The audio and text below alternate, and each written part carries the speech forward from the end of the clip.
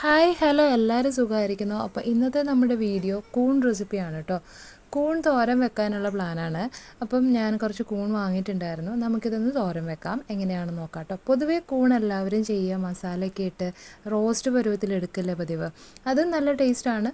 അപ്പം നമുക്ക് ഇന്ന് നമ്മളൊരു തോരൻ വെക്കാനുള്ള റെസിപ്പിയാണ് കേട്ടോ ചെയ്യുന്നത്. അപ്പം നമുക്ക് ഈ കൂണൊക്കെ ഒന്ന് വൃത്തിയാക്കി എടുക്കാം. അപ്പോൾ കൂണൊക്കെ നന്നായിട്ട് ക്ലീൻ ചെയ്തിട്ടുണ്ട്. നമുക്കിതിനി ചെറിയ രീതിയിലേക്ക് വേണം കേട്ടോ അരിഞ്ഞെടുക്കാനായിട്ട്. അപ്പോൾ നമ്മുടെ പറമ്പിലൊക്കെ നേരത്തെ കിട്ടുന്ന കൂണിൻ്റെ ആ ഒരു ടേസ്റ്റൊന്നും നമുക്ക് കടയിൽ നിന്ന് മേടിക്കുന്ന ഈ കൂണിനുണ്ടാവില്ല. എന്നാലും നമുക്ക് എനിക്ക് കൂണെന്നൊക്കെ പറയുന്നത് ഭയങ്കര ഇഷ്ടമുള്ള കാര്യമാണ് കേട്ടോ. കൂൺ എങ്ങനെ വെച്ച് തന്നാലും പുഴുങ്ങി തന്നാലും ഞാൻ കഴിക്കും, അത്രയ്ക്ക് ഇഷ്ടമാണ് എനിക്ക്. അപ്പോൾ നമുക്ക് ആ ഒരു ടേസ്റ്റ് നമ്മളിതിൽ പ്രതീക്ഷിക്കരുത്. എന്നാലും നമ്മൾ വെക്കുന്ന ആ ഒരു രീതിക്ക്, അതായത് നമ്മൾ എങ്ങനെയൊക്കെ എന്തൊക്കെ മസാലകൾ ഇതിൻ്റെ കൂട്ടത്തിൽ ചേർക്കുമോ അല്ലെങ്കിൽ ഏത് രീതിയിലാണോ വെക്കുന്നത് അതിനനുസരിച്ച് നമുക്ക് നല്ല ടേസ്റ്റ് കിട്ടും കേട്ടോ. അപ്പോൾ ഇതാ ഞാൻ കൂണൊക്കെ ചെറുതായിട്ട് അരിഞ്ഞെടുത്തിട്ടുണ്ട്. നമുക്ക് തോരൻ്റെ പരുവത്തിന് നന്നായിട്ട് അരിഞ്ഞെടുത്തിട്ടുണ്ട് കേട്ടോ.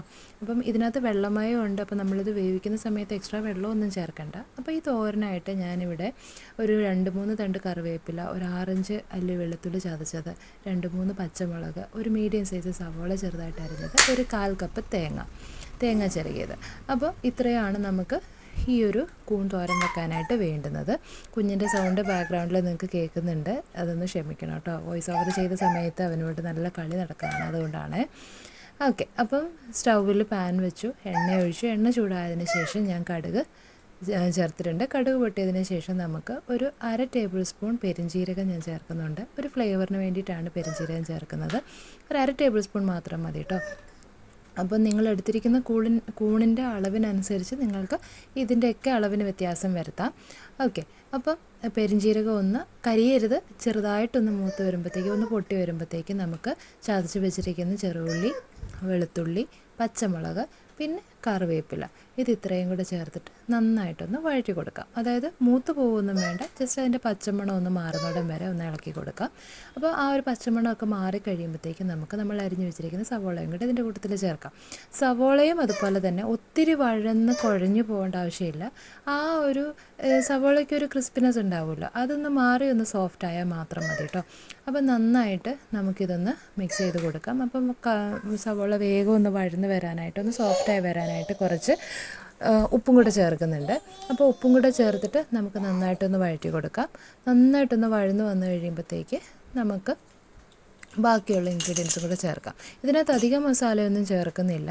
ഇതിനകത്ത് നമുക്കിപ്പം മഞ്ഞൾ പൊടി ചേർക്കാം. ഞാനൊരു 1/2 ടീസ്പൂൺ മഞ്ഞൾ പൊടിയാണ് ചേർത്തിരിക്കുന്നത്. മഞ്ഞൾ പൊടിയുടെ പച്ചമണമൊക്കെ ഒന്ന് മാറുന്നത് വരെ നമുക്ക് നന്നായിട്ടൊന്ന് മിക്സ് ചെയ്ത് കൊടുക്കാം. ഒന്ന് മിക്സായി കഴിഞ്ഞ് നമുക്ക് എല്ലാം ഒന്ന് ഓക്കെ ആയി വരുമ്പോഴത്തേക്ക്, ആ ഒരു പച്ചമണം മാറുമ്പോൾ നമുക്കറിയാമല്ലോ, ആ ഒരു പച്ചമണമൊക്കെ ഒന്ന് മാറി വരുമ്പോഴത്തേക്ക് നമുക്ക് നമ്മൾ അരിഞ്ഞു വെച്ചിരിക്കുന്ന കൂണും കൂടെ ഈ കൂട്ടത്തിൽ ചേർക്കാം കേട്ടോ. അപ്പം കൂണ് ഞാൻ പറഞ്ഞു, വെള്ളമൊന്നും പിഴിഞ്ഞ് കളയേണ്ട ആവശ്യമില്ല. ഇത് വേകാനുള്ള വെള്ളം ഇതിനകത്ത് തന്നെ ഉണ്ട്. അപ്പോൾ നമ്മൾ എക്സ്ട്രാ വെള്ളം ചേർക്കേണ്ട കാര്യമില്ല. കൂണിനകത്തുള്ള വെള്ളം കളയേണ്ട ആവശ്യവും വരുന്നില്ല. അപ്പോൾ എന്താ കൂണും കൂടെ ചേർത്തിട്ട് നമുക്ക് നന്നായിട്ടൊന്ന് മിക്സ് ചെയ്ത് കൊടുക്കാം. നന്നായിട്ട് എല്ലാം ഒന്ന് മിക്സായി വരുമ്പോഴത്തേക്ക് നമ്മൾ ചിരകി വെച്ചിരിക്കുന്ന തേങ്ങയും കൂടെ ഈ കൂട്ടത്തിൽ ചേർക്കുന്നുണ്ട് കേട്ടോ. എല്ലാം ഒരുമിച്ചിട്ടാണ് നമ്മൾ വേവിക്കുന്നത്. നമ്മൾ സാധാ തോരൻ വെക്കുന്ന പോലെ തന്നെയുള്ളൂ. എങ്കിലും നമ്മൾ പൊതുവേ എല്ലാം തോരൻ വെക്കുമ്പോൾ എങ്ങനെയാണ്, നമ്മളെല്ലാം കൂടെ ഒരുമിച്ച് കടുക് പൊട്ടിച്ച് അതിനകത്തേക്ക് ഇട്ട് വേവിക്കുകയാണ് ചെയ്യുന്നത്. ഇത് നമ്മൾ ഉള്ളിയൊക്കെ ആദ്യം ഒന്ന് വഴറ്റിയെടുക്കുന്നുണ്ട്. കാരണം കൂണിനധികം വേവില്ലാത്തതുകൊണ്ട് ഉള്ളി ഇതും എല്ലാം കൂടെ വഴന്ന് വരുമ്പോഴത്തേക്ക് കുഴഞ്ഞു പോകും. അതുകൊണ്ടാണ് നമ്മളങ്ങനെ ചെയ്യുന്നത്. ഓക്കെ, അപ്പോൾ നമുക്ക് തേങ്ങ എല്ലാം കൂടെ ചേർത്ത് നമുക്ക് ഒന്നുകൂടെ ഒന്ന് മിക്സ് ചെയ്ത് കൊടുക്കാം. നന്നായിട്ട് കൂണിലെല്ലാം തേങ്ങയും ഈ ഉള്ളിയും വെളുത്തുള്ളിയുടെ എല്ലാ ഫ്ലേവറും എല്ലാ ഭാഗത്തും കിട്ടാൻ വേണ്ടിയിട്ട് നമുക്ക് നന്നായിട്ടൊന്ന് മിക്സ് ചെയ്ത് കൊടുക്കാം. നന്നായിട്ടൊന്ന് മിക്സ് ചെയ്ത് കഴിയുമ്പോഴത്തേക്ക് നമുക്ക് കുറച്ച് കുരുമുളക് പൊടി, ഞാൻ ചേർത്തത് വെച്ച് നോക്കുകയാണെങ്കിൽ ഒരു 1/2 ടേബിൾ സ്പൂൺ കുരുമുളക് പൊടി ഞാൻ ചേർത്തിട്ടുണ്ട്. അപ്പോൾ ആ കുരുമുളക് പൊടി കൂടെ ചേർക്കുമ്പോഴത്തേക്കും നമുക്ക് നല്ലൊരു ഫ്ലേവർ വരും. അപ്പം ഞാൻ കുരുമുളക് പൊടി കൂടെ ഒന്ന് ചേർത്ത് നന്നായിട്ടൊന്ന് മിക്സ് ചെയ്ത് കൊടുത്തിട്ട് നമുക്ക് കുറച്ച് നേരം ഒന്ന് മൂടി വെച്ച് വേവിക്കാം. മൂടി വെച്ച് വേവിക്കുമ്പം അതിൻ്റെ വെള്ളമൊക്കെ നമുക്ക് ഇറങ്ങുന്നത് കാണാം. അതിൻ്റെ വെള്ളമൊക്കെ ഒന്ന് ഇറങ്ങിക്കഴിഞ്ഞ് നമുക്ക് ഈ വെള്ളം തോർത്തിയെടുക്കണം, അതായത് വറ്റിച്ചെടുക്കുകയും കൂടെ വേണം കേട്ടോ. അപ്പം വെള്ളം ഇറങ്ങുമ്പം അത് നന്നായിട്ട് വേവാവും. വെള്ളമൊക്കെ ഇറങ്ങി ഇതിൻ്റെ ആ ഒരു ഇപ്പോൾ കണ്ടില്ലേ, ആ ഒരു ഗ്രേവി ടൈപ്പിലല്ല, തോരൻ ടൈപ്പിൽ ഡ്രൈ ആയിട്ട് വന്നിട്ടുണ്ട്. ഇനി നമുക്കിത് മൂടി വെച്ച് വേവിക്കേണ്ട ആവശ്യമില്ല.